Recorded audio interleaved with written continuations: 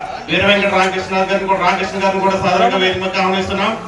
జగన్ మీద మరి నిదర్శనంగా చేసినటువంటి మరి పనికి ఈ రోజున మళ్ళీ రాజముద్ర ఉన్నటువంటి పాస్బుక్ పంపిణీ కార్యక్రమం ఈ రోజున మరి ఇక్కడ మన జగన్పేట గ్రామంలో మరి చేపట్టడం జరిగింది. మన సమస్యలన్నిటికీ పరిష్కారం చేసే దిశగా ఈ రోజు గౌరవ శాసనసభ్యులు వారు మీ ఊరికి వచ్చి చేసినటువంటి మన గౌరవ శాసనసభ్యులు ప్రభుత్వ మన నియోజకవర్గ ఆపద్ బాంధవులు శ్రీ బొలిశెట్టి శ్రీనివాస్ గారికి ప్రత్యేక ధన్యవాదాలు తెలియజేస్తూ మరి ఈ కార్యక్రమానికి ఇచ్చేసినటువంటి ప్రతి ఒక్క జనసేన నాయకులకు అధికారులకి మరి ఈ కార్యక్రమానికి ఇచ్చేసినటువంటి ప్రతి ఒక్కరికి కూడా పేరు పెట్టిన ధన్యవాదాలు. నాయకులు గాని గ్రామస్తులు గాని అందరూ కూడా కూర్చోవాలి, దయించి కూర్చోండి.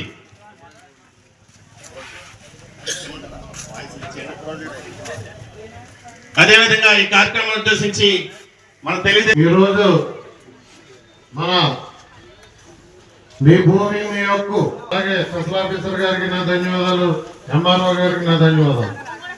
ఈ కార్యక్రమం ప్రజల ఏ గ్రామానికి వెళ్ళి ఆ గ్రామంలోనే చంద్రబాబు నాయుడు గారు, పవన్ కళ్యాణ్ గారు, మోడీ గారి కూటమి గవర్నమెంట్ నిర్ణయించుకుంటాం. గతంలో ఇదే పాస్బుక్లు చదువుకోవడం జరిగేది. అవన్నీ కూడా ఎలక్షన్ లో కూటమి గవర్నమెంట్ మేము ఫస్ట్ సంతకం వస్తుందోనే దీన్ని ఆ చట్టాన్ని రద్దు చేసి మీకు పాస్బుక్లన్నీ సరిచేసి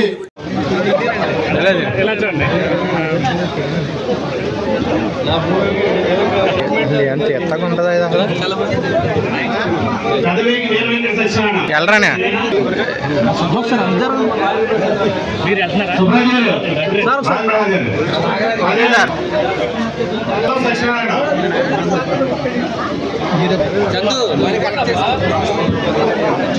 ఓకే అవుతుంది ఇది వచ్చేది కదా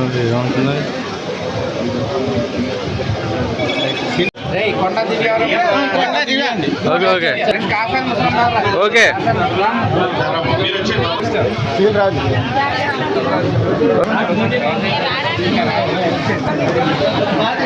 ఓకే ఓకే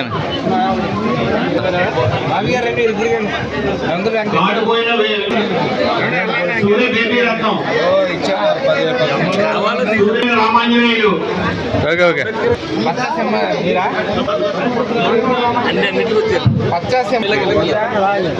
కాకపోయిన రామాంజనేయులు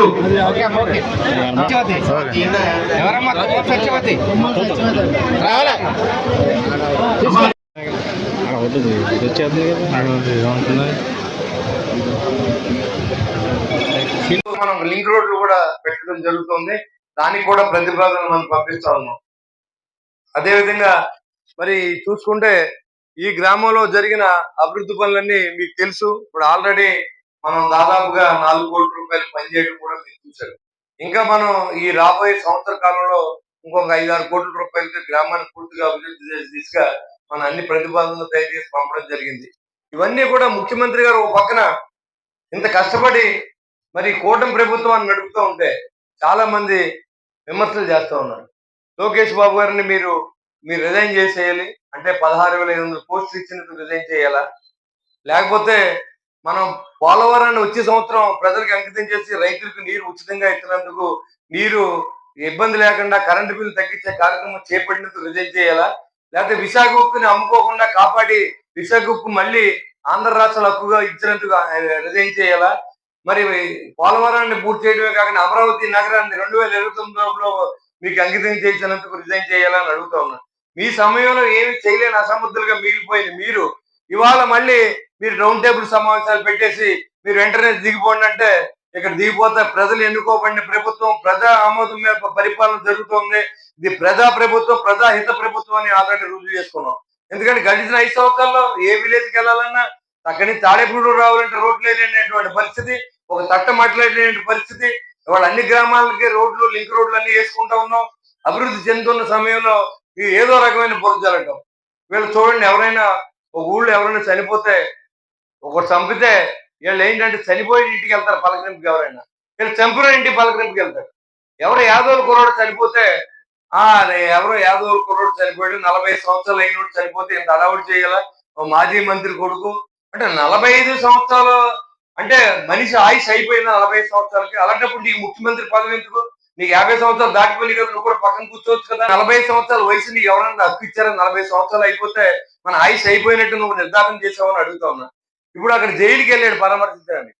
ఎవరైనా చనిపోయాడు, మోటార్ సైకిల్ యాక్సిడెంట్ చనిపోయిన తర్వాత అది మాఫీ చేయాలని ఆలోచన తండ్రిని అరెస్ట్ చేస్తే అన్యాయంగా అరెస్ట్ చేశారని చెప్తా ఉన్నారు. ఇది అన్ని కూడా ప్రజలకు తెలియజేయాలి. ఒక సామాన్యుడు ప్రాణం కాదని అడుగుతా ఉన్నా. ఒక లేదా గొర్రెల కాపరి ప్రాణం కాదా? డబ్బున్నవాడిదే ప్రాణమా? లేకపోతే రాజకీయ నాయకుడిదే ప్రాణమా అని అడుగుతా ఉన్నా. ఎవరైనా చంపిపోండి. ఎవరైనా మంచి జరిగినప్పుడు ప్రశంసించాలి, చెడ్డ జరిగినప్పుడు విమర్శించాలి. కానీ వీళ్ళు మంచి చేసిన చెడ్డ చేసిన ఒకటే. ఎందుకంటే నిరుద్యోగులుగా ఉండి మేము వచ్చేస్తాం, వచ్చేసారు. ఎలా వచ్చేస్తారు? ఏ రకంగా వచ్చేస్తారు? మీరు గడిచిన 5 సంవత్సరాలు మీ పరిపాలన చూశారు, మీరు దండుకున్న తీరు చూశారు, మీరు ఎంత అభివృద్ధి చేశారో చూశారు, మీరు ఎంత లూటీ చేశారో చూశారు. మళ్ళీ మీరు వచ్చేస్తే ప్రజాస్వామ్యంలో ప్రజలకు ఓటుకి విలువ లేదని అనుకుంటారు జనం అని కూడా నేను తెలియజేస్తాను. ఒకసారి ఆలోచన చేయండి. ఇవాళ చంద్రబాబు నాయుడు గారు అంటే ఏం మొగబెట్టి మీరు అన్నారు? నిన్న భోగాపురం ఎయిర్పోర్ట్ అంకితం చేసిన ప్రజలకి వచ్చే సంవత్సరం పోలవరం ఇస్తాం, అమరావతి మళ్ళీ అంకితం చేస్తాం ప్రజలకి. రాజధాని లేని నగరాన్ని 5 సంవత్సరాల పాటు శ్మశానం చేసి, రాజధాని లేకుండా 3 ముక్కలాటాడి వైజాగ్ లో పెడతాను, కర్నూలులో పెడతాను, విజయవాడలో పెడతాను, మళ్ళీ మావిగానికి వచ్చేసాడు. అసలు స్థిరం లేని వ్యక్తి ముఖ్యమంత్రిగా ఉంటే మరి మన రాష్ట్రంలో ప్రజలందరూ కూడా ఏ రకంగానూ సుఖంగా ఉండరని కూడా నేను తెలియజేస్తా ఉన్నా. కాబట్టి ఇవన్నీ కూడా మనం చెప్పాలి. ప్రజల్లోకి వెళ్ళినప్పుడు ప్రజలకు తెలియజేయాలి. చేసిన పనులు కూడా చెప్పుకోలేకపోతున్నాం. రానివాడు ఎవడన్నా ఉంటే నా పెన్షన్ రాలేదని చెప్తాడు. కరెక్ట్ గా నేను ఒకటి అడుగుతున్నా. గడిచిన 5 సంవత్సరాల్లో 3 సంవత్సరాలు కొత్త పెన్షన్ ఇవ్వలేదు జగన్మోహన్ రెడ్డి. 1000 పెంచుతానని 4 సార్లు పెంచి జగన్మోహన్ రెడ్డి ఎవరన్నా అడిగారని అడుగుతున్నా. పూర్తిగా మద్యపాన నిషేధం చేసి మీ దగ్గరికి వస్తానని చెప్పి మద్యాన్ని మరింత ఏరులుగా పాలించినటువంటి వ్యక్తి, దాంట్లో కోట్లాది రూపాయలు సంపాదించిన వ్యక్తి జగన్మోహన్ రెడ్డి కాదని అడుగుతున్నా. ఈ రోజు ఏ ఎలిజిబిలిటీ ఉందని మీరు ఫోటోలు ఇటు తిరుగుతున్నారో, ఏ ఎలిజిబిలిటీ ఉందని మీరు అతను ముఖ్యమంత్రి చేయాలనుకున్నారో చెప్పాలని నేను కోరుతా ఉన్నా. ఇవాళ అభివృద్ధి చేస్తున్న ముఖ్యమంత్రిని తిడతారు, మేము ఆయనకే ఓటేస్తామంటే మరి జగన్మోహన్ రెడ్డి బీజేపీతోనే ఉన్నాడు కదా ఇప్పుడు. మరి మేము బీజేపీతో ఉన్నాం కదా, మీకు మేము ఎగ్నెస్ట్ ఏంటి? చాలా క్వశ్చన్స్ కి చాలా ఆన్సర్లు ఉండవు. ఆలోచన చేసుకోండి. ఒక మతం కాదు, ఒక కులం కాదు, మానవత్వం ముఖ్యం. మనమంతా భారతీయులు. ముందు కులం ముఖ్యం కాదు. కులంలో చాలా మంది పుట్టినట్టు హోల్డ్ చేసుకుంటారు. ఇప్పుడు ఒక కమ్మరు ఉంటే వాళ్ళు ఏముంటారు, చంద్రబాబు నాయుడు గారు మా నాయకుడు అని చెప్పుకుంటాడు, తప్పులేదు. కాపులు ఉంటే మా నాయకుడు పవన్ కళ్యాణ్ అని చెప్పుకుంటారు.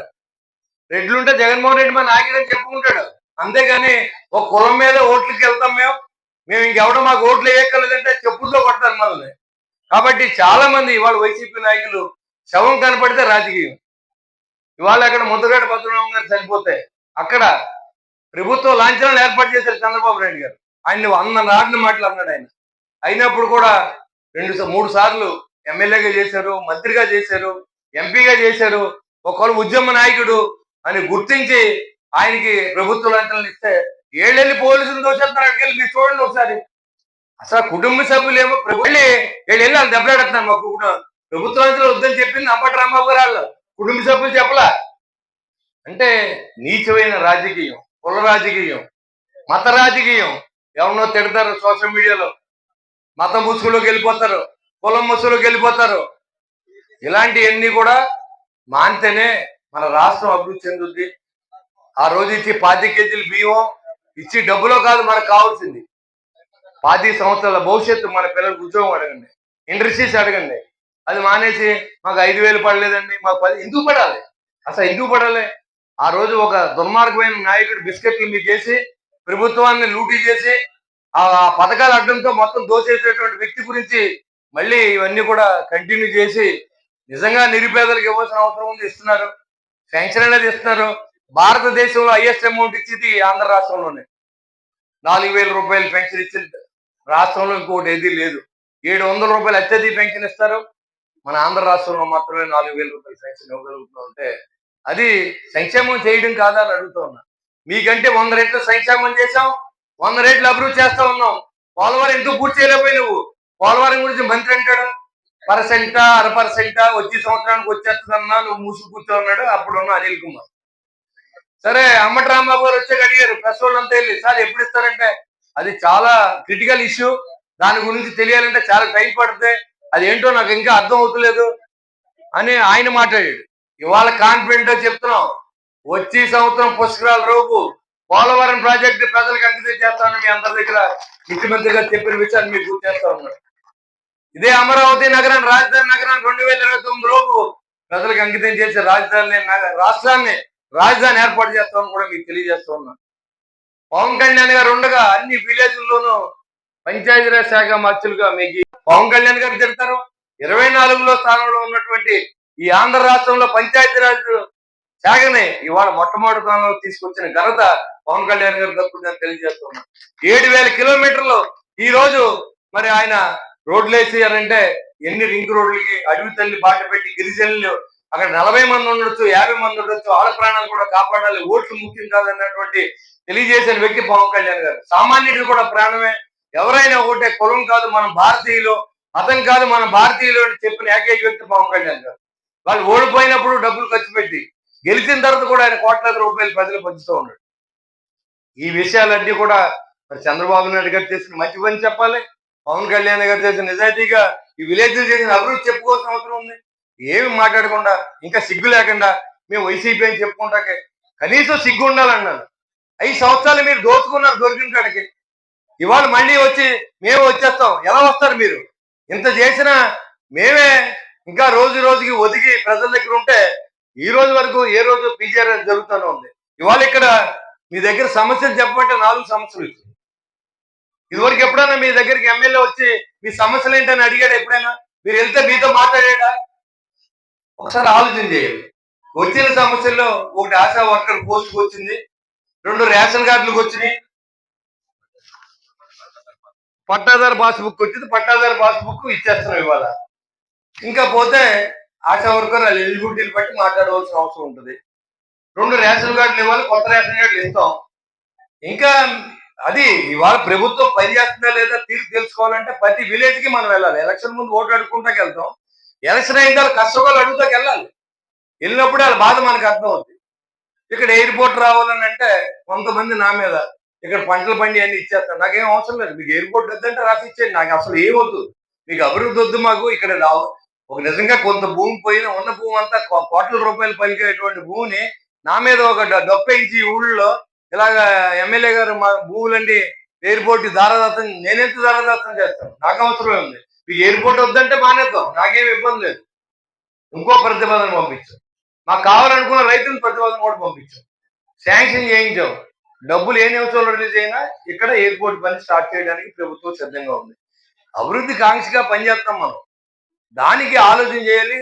అవసరమైతే మనం డిబేట్ చేయాలి. ఇక్కడ చాలా మంది మాట్లాడినప్పుడు సరే, చాలా మంది ఎస్సీ సోదరులు ఓటు చేసుకుని ఇది మాకు జగన్మోహన్ రెడ్డి గారు అన్నారు. సరే, జగన్మోహన్ రెడ్డి గారు గడిచిన 5 సంవత్సరాల్లో ఎస్సీ సోదరులకు కానీ ఎస్సీ సోదరులు కానీ ఏం చేశాడో చెప్పాలి. ఉన్న ఎస్సీ ఎస్టీ సప్లైలో డబ్బులు నిధులన్నీ లాగేసాడా లేదా?